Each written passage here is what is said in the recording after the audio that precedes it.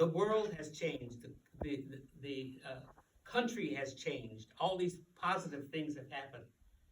So why are you so concerned about that? And people ask me that all the time because I talk a lot about racism, white supremacy, because it's so blatant and it's a part of everything. It's a part of everything in this society. People don't want to admit it, but it is. So what I've been doing is try to find, I've done all these other things in terms of work with the civil rights movement. I've done so many things working with people. I'm the one who started the Center for Law and Justice. So I've done all these things. But the one thing I have not been able to do, and that's why I'm doing it now, and that is to get people to understand the horrible experience that Africans have had in this country, because we can't just say that the Civil War ended and there was slavery, and then you talk about something else.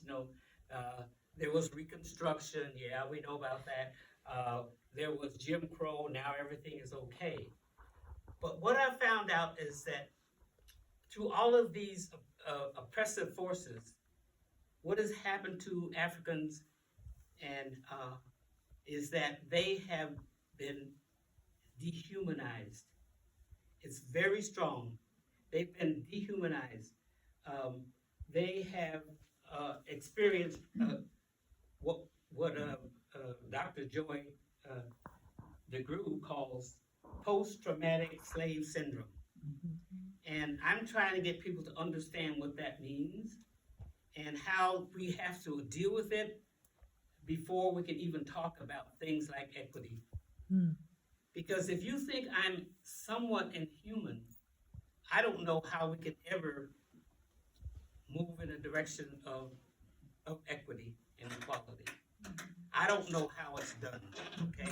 So I don't care who it is. If you see me and the first thing you see is that I am black, and something is triggered because of white supremacy. Something is triggered in there that says, okay, hey, Alice, you're okay, but you're not equal to me. You're inferior.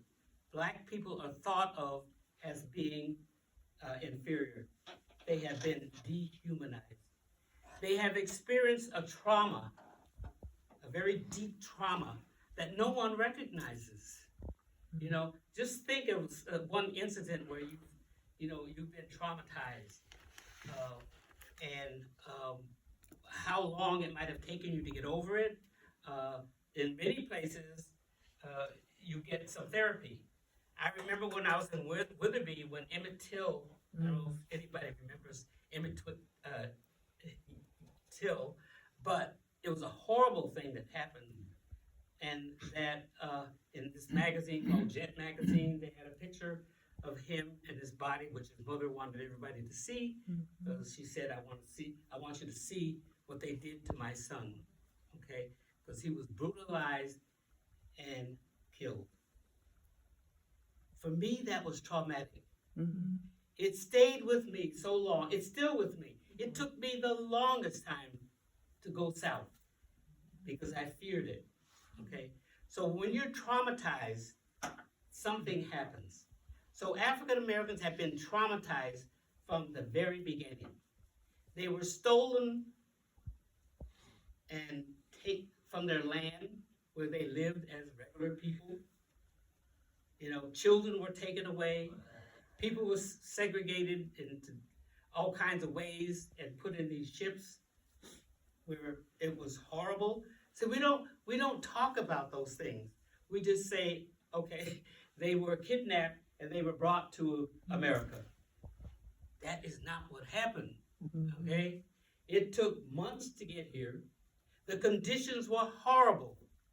Many people got ill, and as I think about it, there are over, and no one's quite sure the exact number, but there are millions of people whose bodies were thrown into the Atlantic Ocean on that voyage, that Middle Passage here, because they were ill, or all kinds of things happened to them. Women were raped, children were there, people, all kinds of things happened in this dark, overcrowded uh, bottom of a ship where they did not see daylight.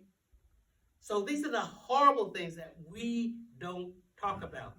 And if you don't talk about it, if you can't feel for me, I don't know how we ever change. Okay? I don't know that. So we've just sort of swiped it over, said it happened. Okay, it happened. But you don't know, and I can't go through all the things that have happened to Africans since they've been in this country. But there's some horrible ones. Okay? And I think some of you went to see the lynching museum. Okay. And I think Brian wanted to shock you. That's why he did it. He wanted you to understand what that meant to be lynched. It's not just hanging somebody, you know, it's so traumatic. And we've just, as I said, we've glossed over all of these things that happened, and it happened in so many different ways throughout the history of African Americans. And we wonder today why we have so many problems in our community. We want to blame children for responding in a certain kind of way. They were traumatized, and the trauma gets handed down. It doesn't just end, you know. As I said with Emmett Till, it still bothers me today. And and I think, my children, grandchildren, they're afraid to go south now too, because they heard about Emmett Till. So if you're traumatized, as I said, you have no way of getting any kind of therapy or help to guide you through that horrible experience. It keeps getting handed down, all the way. So that's where we're at. And if you, I don't know if any of you read the 1619 Project book. Well, it tells you very clearly that if you don't understand the history, you will not know or understand where we're at in this country today. Because